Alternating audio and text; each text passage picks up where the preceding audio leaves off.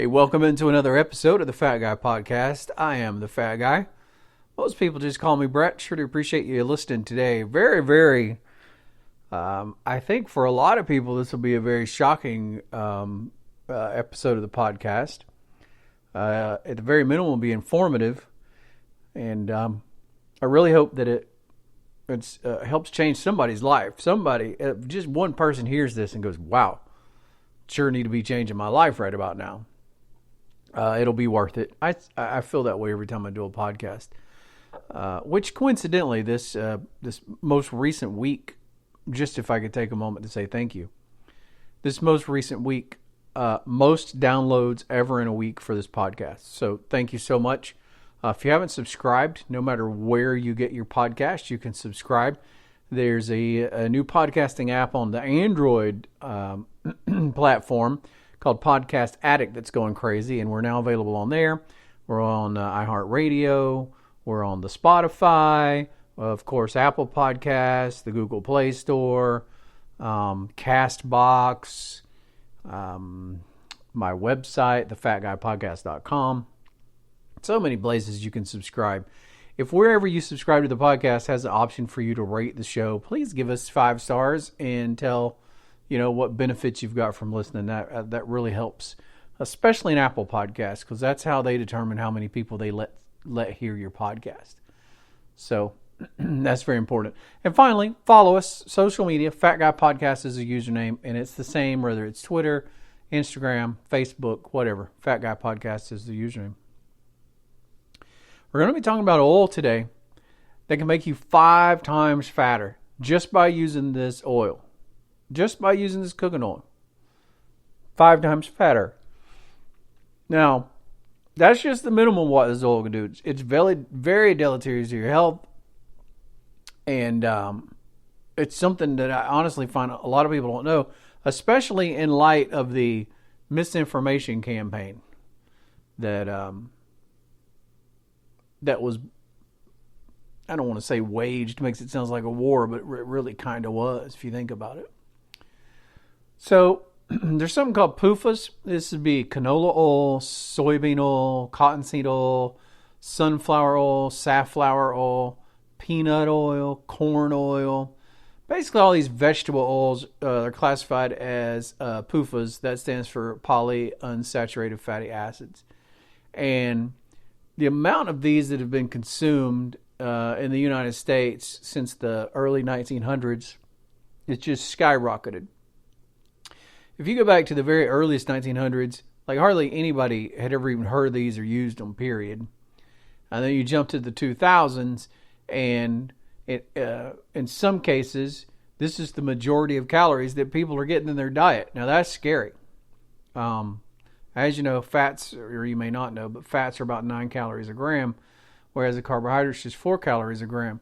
So you don't have to consume that much more oil for it to quickly become the number one source of your calories in your diet. Now, that's not a problem if you're getting the proper fats. These are they're just bad. The reason they're bad is because they have such a high level of omega-6. So, omega-3 is good for you in many, many ways. Omega-3 is necessary to a small degree, but you want to get much more omega-3s than you do omega-6s. There's something called the omega-6 to 3 ratio, and this is basically a ratio based off how much omega-3 you're getting to how much omega-6 you're getting. So the optimum level of omega-6 to 3 ratio is you'd be getting 1 to 1 of each. So if you got 1 gram of 3, you'd get 1 gram of 6. If you want to know how out of skew we are, in 2010, which was a long time ago, but it's the most recent study I could find, probably worse now, it was a 25 to 1 ratio. So Americans were getting 25 times as much omega-6 as they were omega-3s, and that's just really, really horrible. This comes in great part to this unjustified fear of saturated fat. It pushed Americans to an alternative fat or oil source, and the side effects of these omega-6 oils is inflammation. You get this oxidation process in the body as it tries to burn these fuels, which has created arterial plaques, driving up heart disease, also causing a host of other chronic inflammatory conditions and degenerative diseases that range the gamut from potentially Alzheimer's to playing a big role in arthritis, etc. Various things. So I'm going to talk about a couple of different studies. I'm going to go over what the I'm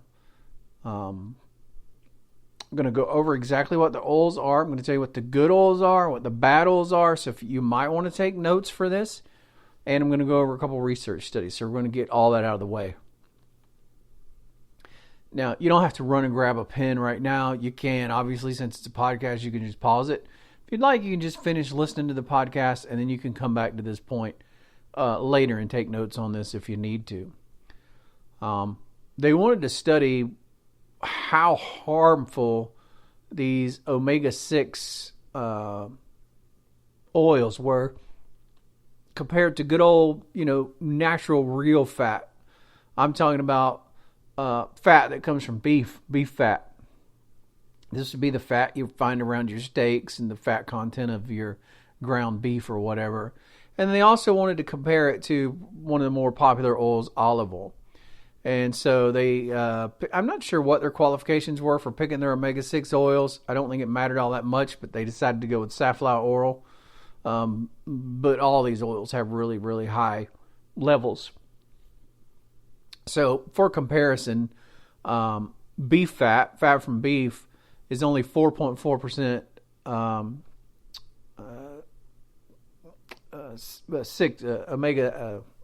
omega-6s.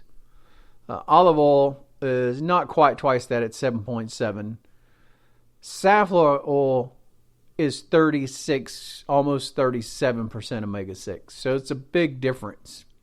And if you understand how bad the omega-6 is for you, it doesn't take long to understand how that could quickly affect your health. So this research group, and this was posted, by the way, in the Journal of Nutrition, and this is posted quite a while. People have known for this a long time. Like, this isn't just new. This is what's frustrating about this. The news and understanding this isn't just new. This particular study was done and published in the Journal of Nutrition way back in 1993. That's how long they've known this. So they took 3 groups of rats and put them on an isocaloric diet. Now what that means is, isocaloric means all 3 groups of rats got the exact same amount of calories. There was no different in calories. So I don't know what the number was, but we'll just throw one out there. Let's just say rat in the beef fat group or the beef tallow group. Let's just say they got 100 calories a day. Well, the rats in the olive group got 100 a day, and the rats in the safflower oil group got the same amount. So also everything else in the diet was the same too. Same amount of carbs, same amount of proteins. Everything else except for the oils in the diet were exactly the same. Identical amounts of calories, protein, fat, carbs, and also the same amount of omega-3s. So they kept all that exactly the same. The only thing that was different was the source of the fat. And so they put them on this very strict diet, and they did it for 3 weeks. Just 3 weeks. And the reason I say just 3 weeks is because you see how dramatic the results are. It's crazy. The body fat percentage is what they judged at the end of the 3 weeks. So what's the body fat percentage of the beef fat eating rats? What's the body fat percentage of the olive oil eating rats? And what's the beef fat percentage of the safflower oil eating rats? Now, all these rats were leveled out and had statistically exact same body fat percentages when the study started. So, I don't know if it's going to blow your mind like it did mine, but it definitely blew my mind. At the end of the 3 weeks, the rats eating the beef fat from beef had a 10% body fat. It's 10.3. We'll say 10% and round it off. 10%. The rats eating the olive oil as their source of fat in their diet had a slightly higher body fat at 15.2%. We'll just round that to 15. So 10% for beef fat, 15% for olive oil. Now, I want you to just, in your mind, before I give you this number, just try to picture what you think the fat percentage of the rats who had the safflower oil was. So get that number in your head. And here comes the number. 54.5%. Well over half of their body weight was just pure fat. They all ate the same amount of calories, same amount of protein, same amount of carbohydrates, same amount of omega-3s. Everything in the diet was identical except the source of fat. And the calories from that fat was the same. In other words, they didn't give way more calories from the safflower oil and then they did calories from the beef fat. No, they kept those calories exactly the same. Everything was identical except for the source of the fat they were eating. 10% for the beef fat group, 54.5% for the safflower oil group. That's 5 times as much fat. That's a healthy weight. Think about it as a human. If you're a male and you have a 10% body fat, boy, you're pretty ripped. If you're a male and you have a 54.5% body fat, you are fat as the day is long. It's a huge difference. Like, it's a night and day difference. I can't even begin to tell you the difference. If you were to equivalate this out in pounds as to how much more each person would weigh if they were humans, from the beef fat eating rats being zeroed out, like if you know how you tear something on a scale, you tear it out to zero, like you put your bowl on there and tear it out to zero. So we're going to put the beef fat eating rats on the scale and tear it out to zero, and now we're going to weigh the olive oil eating rats and see how much more pounds they are over the top of the beef fat eating rats. 12.8 pounds in a human equivalency. So just in 3 weeks, you would have gained 12.8 pounds of fat just from eating olive oil instead of eating beef fat, and everything else being exactly the same. Calories and everything have been identical. Now, for the group of rats that ate the safflower oil, 21 pounds human equivalent. Imagine if you and I were next to each other and we ate the identical diets over the next 3 weeks, and I ate beef fat, and you had safflower oil, you'd be 21 pounds heavier than me. You'd have 21 extra pounds of fat just 3 weeks from now. That is a crazy, insane amount of weight gain and fat retention. And so I'm not going to get all into the nerdy, technical, scientific aspects of what's going on in the body from these omega-6 oils that causes this to happen. I'll just say that it happens, and they understand how it happens, and if you want to get into the nerdy part of it, you can, but a lot of it has to do with the lipid peroxidation of fats in the body. Now, without getting too complicated, let's just relate it to a car. You don't see this with cars back too much, but back when I was a kid or a teenager, you'd see some people driving cars down the street and they'd just be blowing oil. That's what you'd call it, blowing oil. Just be the biggest plume of smoke coming out their exhaust pipe when they were driving. That car was not burning fuel efficiently, and it had some issues with what would be caused the side effect of all that combustion that's going through there, and that's oil burning and coming out the tailpipe in the form of smoke. Not efficient at all.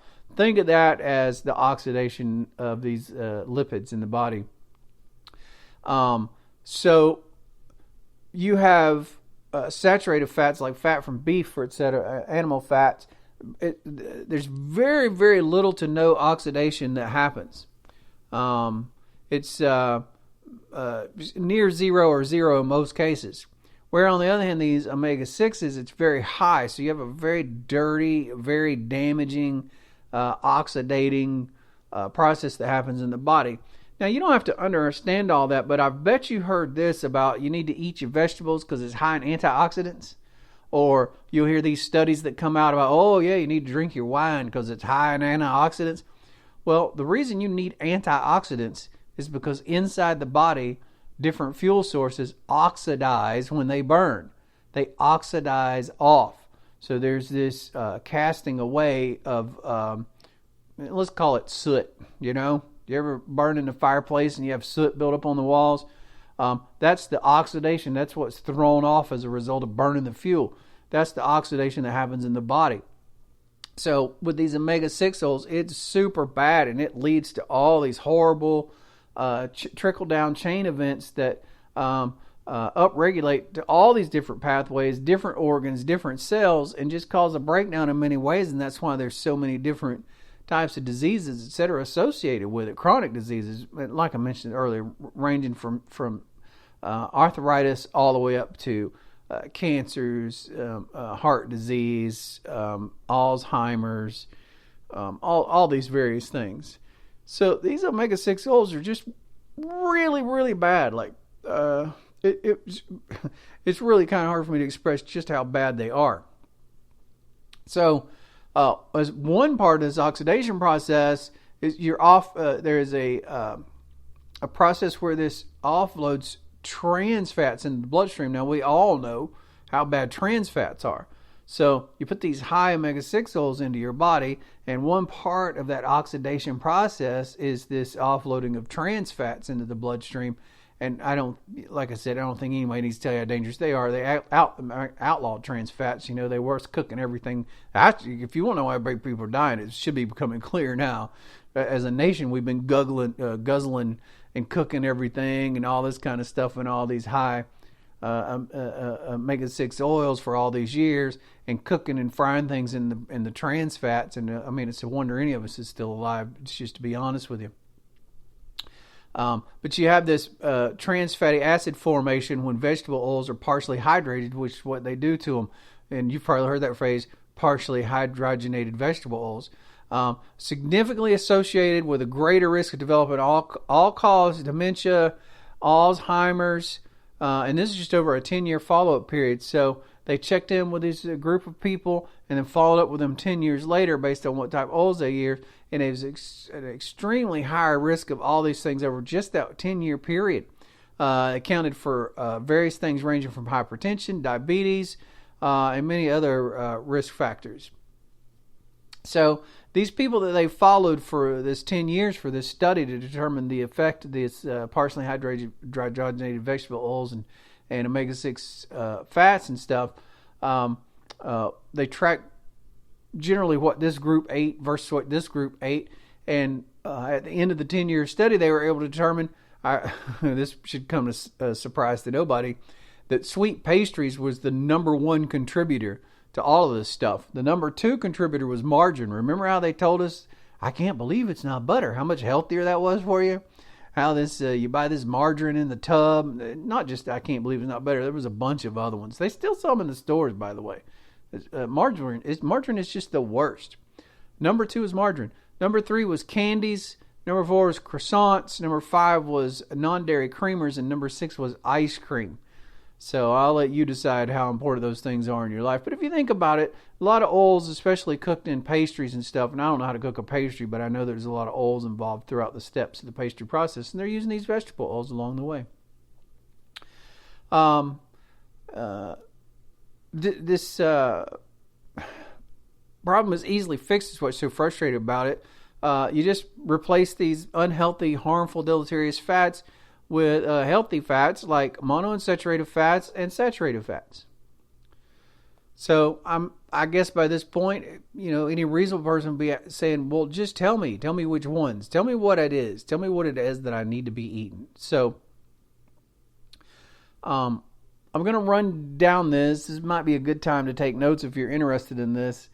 Some of it will be self-explanatory and obvious, and some of it maybe not quite so obvious because you get into the minutia there at some breaking off points of, you know, what's a saturated fat, what's a monounsaturated fat, and what's a polyunsaturated fat. And then you run into which ones are good to use for cooking as opposed to which ones are fine to use cold. There's a little bit of a separation there. So here we are. I'm going to list them down. You can come back to this part of the podcast. You want to hit pause right now and see how many minutes we are in. So when it's over, you can rewind to this part and write it down. or if you just want to hit pause right now and grab a piece of paper or take notes on your phone or whatever, because it's very, very important. So you should mostly be consuming saturated fats. Saturated fats are by far the healthiest, and they're the fats of our ancestors. Our ancestors, our great-grandparents and great-great-grandparents and great-great-great-grandparents were not having no freaking vegetable oils. They didn't even know how to make the equipment wasn't even around. You know how hard it is to extract oil from corn? It's hard. You can't do it in your kitchen. You know? I defy you to go get you some corn on the cob and bring it in the kitchen and bring me back a glass of corn oil. You just can't do it. It's a highly unnatural process, which should be the first clue to anybody that we should stay far away from it. So saturated fats are primarily the ones you want to be consuming, and especially the ones that you want to be cooking with. And so we're talking about butter, obviously. Good grass-fed butter is the best. I recommend Kerrygold. That's what I get. But butter generally, as long as it's real butter. Secondarily is ghee. Now ghee is just clarified butter. They just clarify it. It loses some of the protein aspect, but it's fine for cooking, fine for eating, however you want to use it. Lard, which is pork fat. Probably if your grandparents were like mine, my grandma used to cook with lard. When you fry your bacon, pour that grease off and save it if you're not going to use it. Cook in it later. The best way to cook eggs to me is you cook your bacon first, then you throw your eggs in there in that bacon grease and cook them right up in that bacon fat. But then, of course, beef fat, which is called tallow. Then you got something I don't see a lot of, but chicken fat, duck fat. I've heard duck fat is amazing, but I haven't ran across any of that. And then coconut oil. Coconut oil is a mostly saturated fat, but it doesn't come from an animal, and it's going to be the only one on that list in that regard. So basically, if it comes from an animal, which is the easy way to remember it, so you're talking about, remember, again, butter, ghee, which is clarified butter, your pork fat, your beef fat, duck fat, chicken fat. Those are going to be your healthy saturated fats that you can eat and cook with. Those are all good to cook with because they handle heat just fine. And then the one on the list that's not from an animal is coconut oil, and you can also cook in coconut oil as well. And they're going to have these mostly monounsaturated fats. Now, there's a little bit of saturated in here. There's a little bit of polyunsaturated. Like no fat is 100% pure one thing. It's mostly, something. It's mostly saturated or mostly monounsaturated. So it's a little confusing. But these are the monounsaturated fats that would be okay for you to eat, and there's just not many of them. I'll start with the one that most everybody knows. That's olive oil. But the one thing you need to know is you don't cook in olive oil. And if you've ever thought olive oil was healthy and you should cook with it, boy, it has such a low smoke point. It can't handle the heat, and all these chemical changes happen to it when you heat it, and it makes it very unhealthy for you. So olive oil is good for, basically eating on a salad. Guess there's a few other uses for it, but don't heat it. You want to eat your olive oil cold. Avocado oil. Avocado oil pretty much has the highest smoke point of any of these oils that aren't, like beef fat or lard or whatever. So I highly recommend avocado oil. I like the way it tastes. I like to get it to grease the pans with. I like to get it to put, over the steak and pat it down and then put my seasonings on there. It's just really, really good. I'm a big fan of the avocado oil. And they make the avocado oil spray too, which is really nice. Just make sure you check the labels on those, because there's some of those sprays it's just pretty much avocado oil, and then you can find other ones that has like 8 ingredients in it. It's those you want to stay away from. That's pretty much going to be it, though. Macadamia nut oil will be okay, but I don't think I've ever seen macadamia nut oil okay. But when I was doing my research, I ran across it and found it. So I guess that would be okay. Pretty much other than that, any other kind of oil, you just want to stay away from. You want to stay far, far, far away from it. Far, far away from it. And those would be, I'll repeat them again, but really, if you just remember it's everything except what I just listed, it's pretty easy. But soybean oil, corn oil, canola oil, sunflower, safflower, cottonseed, rapeseed, grapeseed, rice oil, rice bran oil, any of these vegetables. But pretty much if it's an oil that comes from a vegetable, and the easy way for me to remember that is I don't think of a coconut as a vegetable. I think of a coconut as a fruit. I don't necessarily know that's true, but in my brain it's the way it is, so I'm able to separate them. And pretty much that's it. Olive is a fruit as well. You may have not known that, but it is. An olive is not a vegetable. An olive is a fruit. And an avocado is a fruit. It's not a vegetable. So kind of helps that be a little bit. Not super easy to remember, but slightly easy to remember. When you think about, and I'd love to go deep into the research, but I just think I think if you're that interested in the research, you'll probably go look it up yourself. But when you look at how these high omega-6 oils go into the fat and are so resistant to come out of it, as opposed to how saturated fats easily move in and out of the fat cells, and these high omega-6 fats are so reluctant and so difficult to move in and out of the fat cells.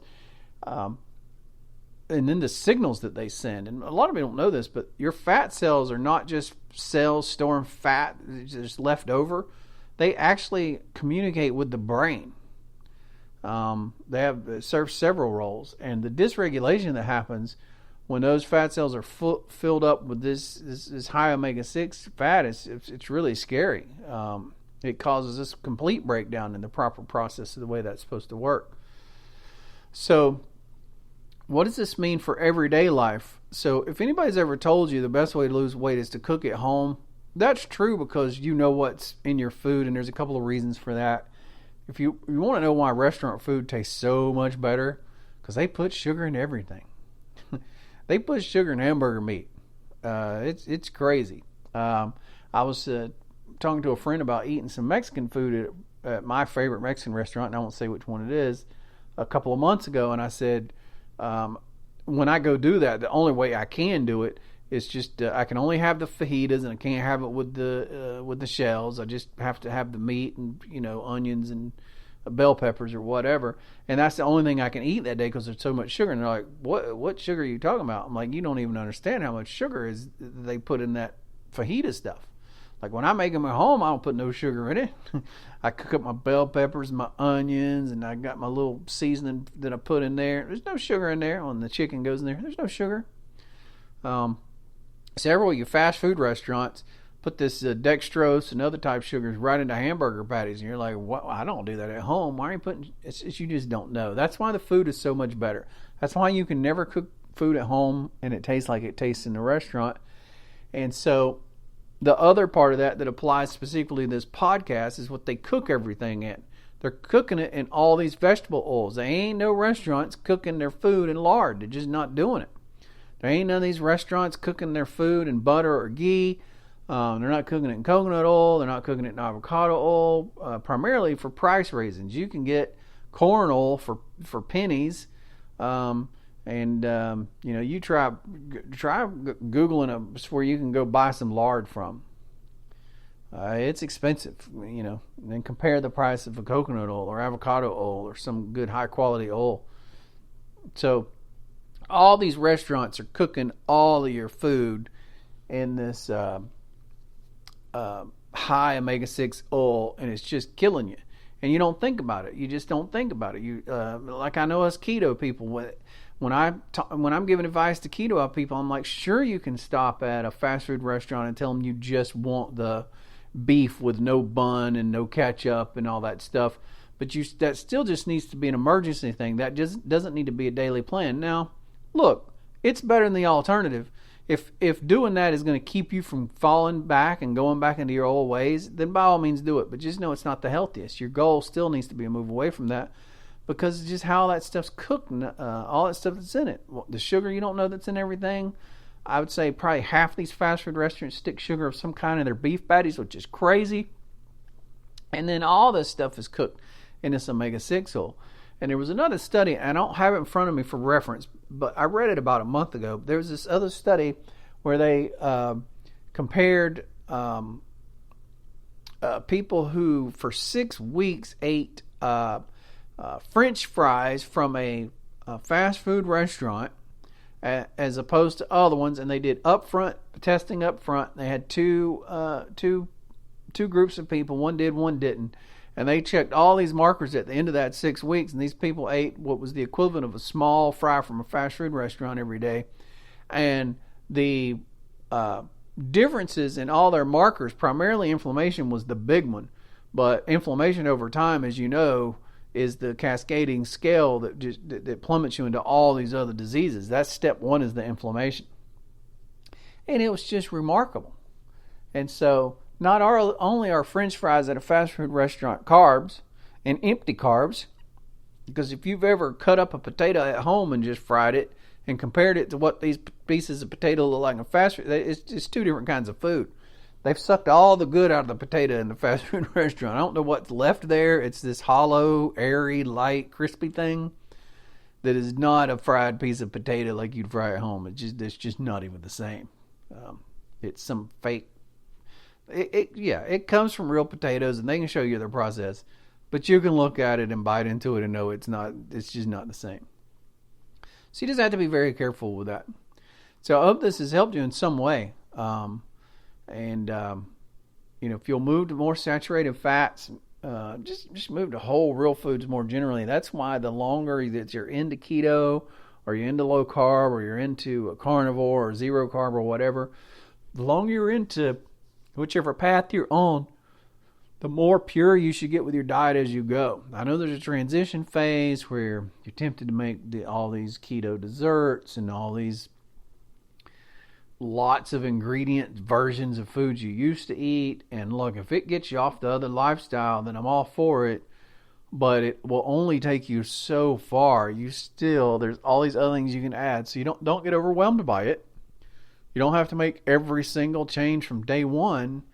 But if you've been keto a while, you've been low carb for a while, but you're still, one of the things that you didn't realize was going on was your consumption of these high omega-6 oils, then that should be the next step. You're going to be surprised how much better you'll feel, how much less inflammation you'll have, how much better your joints will feel, your muscles will feel, how much clearer your mind will be. And after a little while, you'll be surprised at how much faster you drop body fat because you're not consuming it anymore. Remember those numbers from that animal study. 3 weeks, 10% body fat in the beef fat mice, and 54.2% or whatever body fat in the ones that had the safflower oil. That's a huge difference. It's 5 times the difference, 5 times fatter. Thanks for listening today. If you haven't subscribed. We're almost every podcast platform there is out there. We're available on it. Leave us a review. That'd be awesome. 5 stars on wherever you get your podcast. Please leave us a 5-star and say some good words about us if we've helped you in some kind of way. Contact me. The easiest way is probably Facebook or Instagram. But Fat Guy Podcast is a username across all the social channels. So pick the one you like: Twitter, Instagram, Facebook. And tell a friend. That'd be the other way that you could help us and potentially help your friend. Thank you so much. We'll talk to you next time.